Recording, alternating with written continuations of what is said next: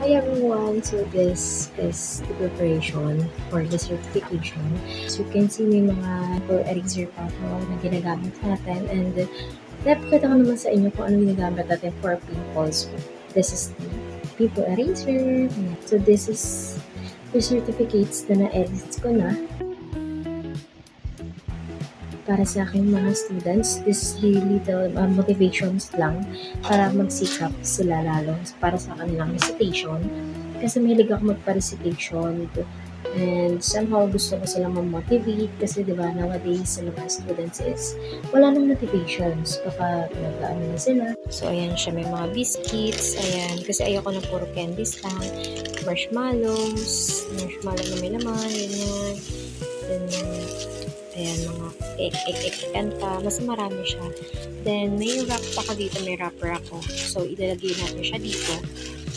Ito yung area ko kapag gumagawa ko ng mga nag-edit ako, nag-print ako, etc. So, ito yung area ko.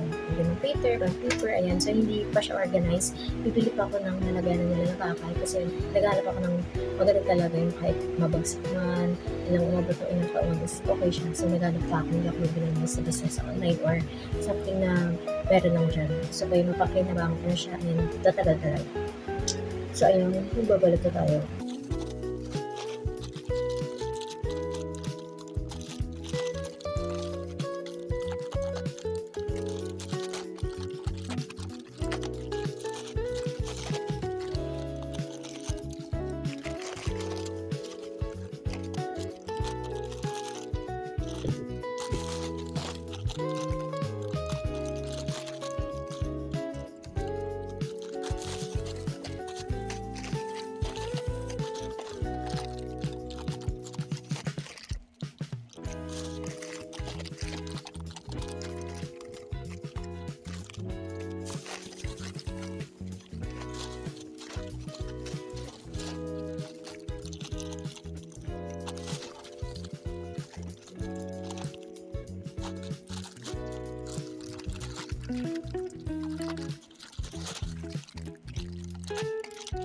Lang pala siya and naisip kong dagdagan pa siya kasi feel ko kulang siya and not enough.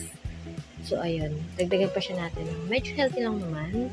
Katulad nito, may biscuit siya, may konting candies, chocolates, and not all is candy kasi may mga marshmallow naman. And titignan natin naman. So ayun na. So ilalagay na natin siya sa ating wrap.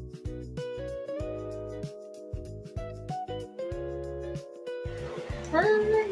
So, I'm already done sa pagbabalik. Nag-iba ako ng wrapper kasi hindi siya nagkasya. And gusto ko kasi pare-pare sila ng kulay. Kaya nag-iba ako ng wrapper. May wrapper naman ako pero Christmas siya. Yung thing, Merry Christmas. Pero okay na din yan kasi since Merry Christmas naman na rin, tatlo lang naman sila. Pareho lang naman ng laman pero magkakaiba sila ng design.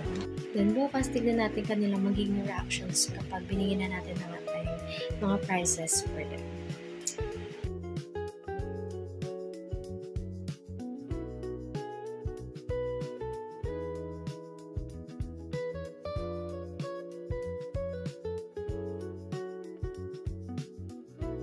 Hi everyone! So tonight, is nakawid na ako. Ayun yung nangyari kanina.